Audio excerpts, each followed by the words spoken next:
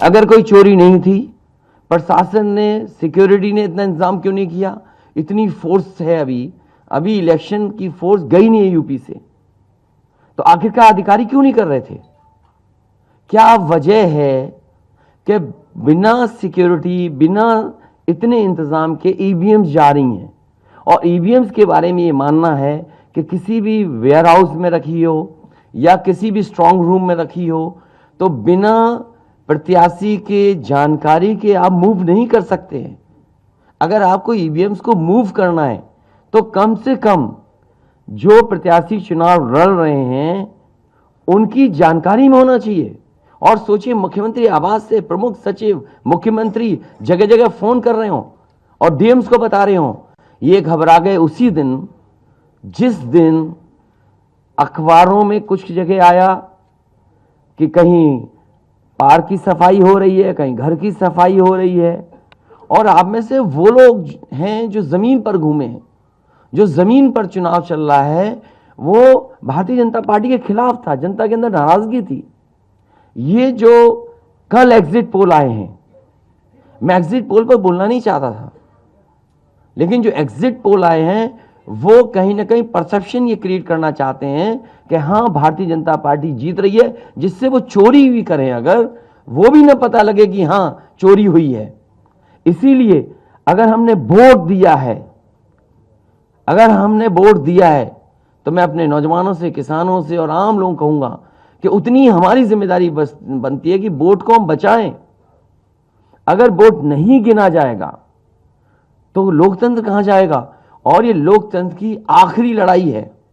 मैंने कई बार कहा कि उत्तर प्रदेश का चुनाव लोकतंत्र की आखिरी लड़ाई है। इसके बाद तो जनता को क्रांति करनी पड़ेगी, तभी बदलाव आएगा।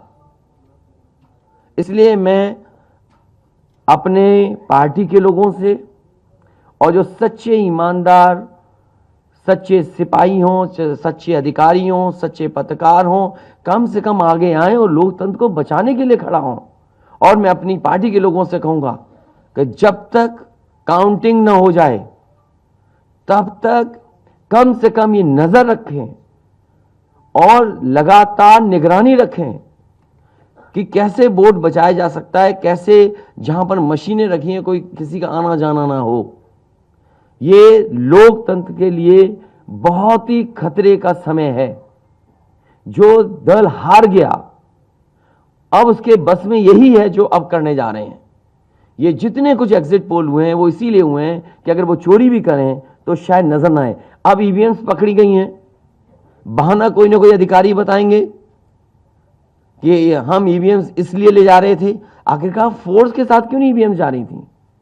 ये तो ईवीएम की एक बनारस की जो अभी भी लाइव चल रहा है वो घटना है। बरेली में एक स्ट्रांग रूम से बाहर नगर पालिका की कचड़े की गाड़ी में, जिसका नंबर UP 25 DT 9166 में 3 बक्से सील पकड़े गए। जो सील बक्से थे, एक बक्से में सादा बैलेट पेपर था तथा 2 बक्से में मोहरे, रजिस्टर तथा सील करने वाला सामान था। करीबन 500 बैलेट पेपर पकड़े गए। इसी तरह सोनभद्र का है कि सोनभद्र में भी बड़े पैमाने पर चीजें पकड़ी गई। वो भी लोग समझ में आ गया तो उन्होंने देखा, SDM को रोका। SDM घोरावल जनपद सोनभद्र में खाली मत पर अपनी गाड़ी से पॉलिटेक्निक कॉलेज ले जाते हुए पकड़े गए। क्या सफाई देगी सरकार? इसीलिए मैंने कहा, प्रमुख सचिव, मुख्यमंत्री, आप जानकारी कर लें। अगर आपके डीएम्स कोई जानकार हैं, उन्होंने खुद बताया है कि वहां से, लखनऊ से फोन आ रहे हैं कि जहां पर भारतीय जनता पार्टी हार रही हो वहां पर काउंटिंग स्लो हो और रात तक काउंटिंग लेकर के जाइए।